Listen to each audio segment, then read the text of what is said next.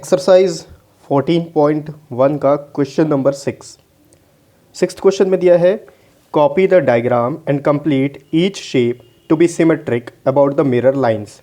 Same जैसे अपन ने पिछले क्वेश्चन में किया था, हमको सिमेट्री लाइन वहाँ पर ड्रॉ करना था, लाइन ऑफ सिमेट्री ड्रॉ करना था डायगोनली, और ये बताना था कि जो शेडेड पोर्शन है वो कहाँ पर आएगा। उसी तरीके से इस क्वेश्चन में भी कुछ डायग्राम्स दिया हुआ है और हर डायग्राम में कहीं ना कहीं कुछ ना कुछ लाइन खींचा हुआ है और हर डायग्राम में बता दिया है कि उसका लाइन ऑफ सिमेट्री कहाँ पर है। जैसे अगर पहला क्वेश्चन आप देखो इसका ए पार्ट, तो यहाँ एक बड़ा स्क्वायर बना हुआ है, बड़े स्क्वायर के अंदर छोटे छोटे बहुत सारे स्क्वायर्स बने हुए हैं और डायगोनली जो है एक लाइन ऑफ सिमेट्री ड्रॉ किया गया है।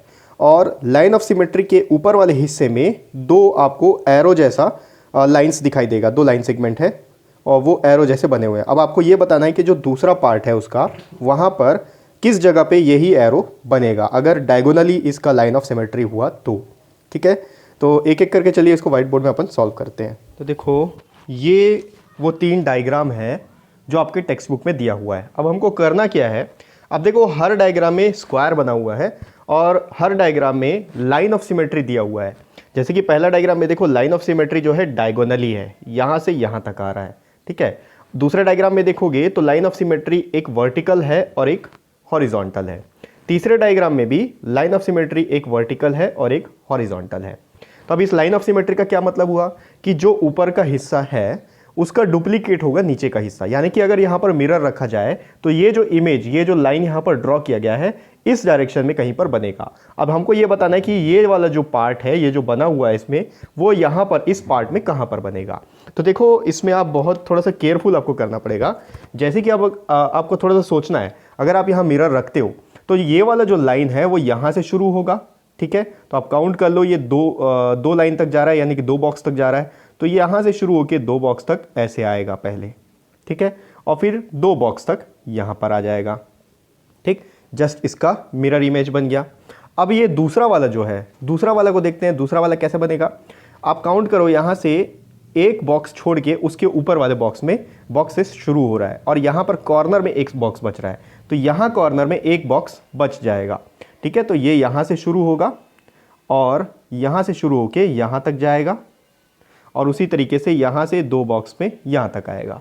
ठीक है, देखो ये ऐसा इसलिए बन रहा है क्योंकि ये डायगोनल में इसका लाइन ऑफ सिमेट्री है। अगर ये हॉरिजॉन्टल होता तो जस्ट इसके नीचे बन जाता, या वर्टिकल होता तो जस्ट इसके बाजू में बन जाता, लेकिन यहाँ डायगोनली लाइन ऑफ सिमेट्री है, इसलिए इस तरीके से हमको ये सोचना है कि यहाँ पर अगर मिरर रख दिया जाए तो इसका इमेज यहाँ पर कैसा बनेगा।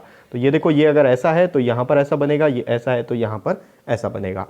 दूसरा क्वेश्चन देखते हैं, वो तो बहुत ईजी है। दूसरा क्वेश्चन में आपको देखो यहाँ पर लाइन ऑफ सिमेट्री 2 बार दिया हुआ है। ठीक है, तो पहले वर्टिकल लाइन ऑफ सिमेट्री को लेते हैं।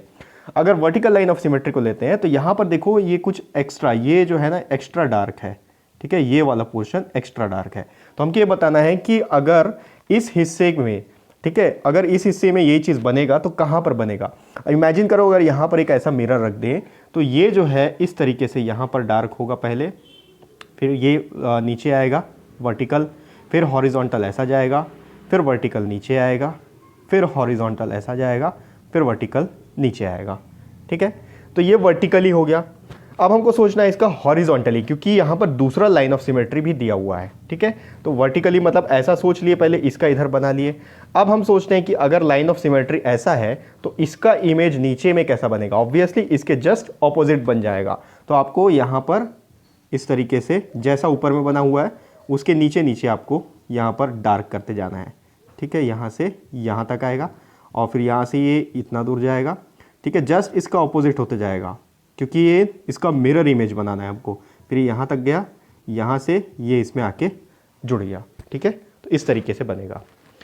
अब तीसरा देख लेते हैं, सेम है, तीसरा भी सेम इसी की तरह बनेगा। यहाँ पर अगर ये वर्टिकल, अगर हम पहले ले लेते हैं वर्टिकल लाइन ऑफ सिमेट्री, तो इस वाले पोर्शन का जो इमेज है वो कैसे बनेगा। यहाँ पर देखो ये वाला एक लाइन ड्रॉ किया गया है, तो ऑब्वियसली यहाँ से स्टार्ट होके यहाँ तक जा रहा है, सेंटर से स्टार्ट होके यहाँ तक जा रहा है, वर्टिकल सेंटर तक। तो ये हॉरिजॉन्टल सेंटर से स्टार्ट होके यहाँ तक वर्टिकल सेंटर तक जाएगा। ठीक है, तो ये वर्टिकली इसका सिमेट्रिक इमेज कैसा बनेगा ये दिख गया। अब अगर हॉरिजॉन्टली देखें, इस लाइन को भूल जाओ, अब ये जो दूसरा लाइन ऑफ सिमेट्री दिया हुआ है इसको ध्यान देते हैं। अगर इसको नीचे की तरफ मोड़ा जाए, या फिर यहाँ पर एक मिरर रखा जाए तो नीचे में इसका इमेज कहाँ बनेगा, ये यहाँ से पहले यहाँ तक बनेगा और दूसरा यहाँ से लेकर यहाँ तक बनेगा। ठीक है, इसको मैं थोड़ा सा डार्क कर देता हूँ, ये इस तरीके से बनेगा। सेम ऐसे ही आपको अपने कॉपी में बना लेना है, अगर एग्ज़ाम में आता है तो इसी तरीके से एग्ज़ाम में आपको ड्रॉ कर लेना है। ठीक है, तो बस इतना ही था, ये था एक्सरसाइज 14.1 का 6th क्वेश्चन।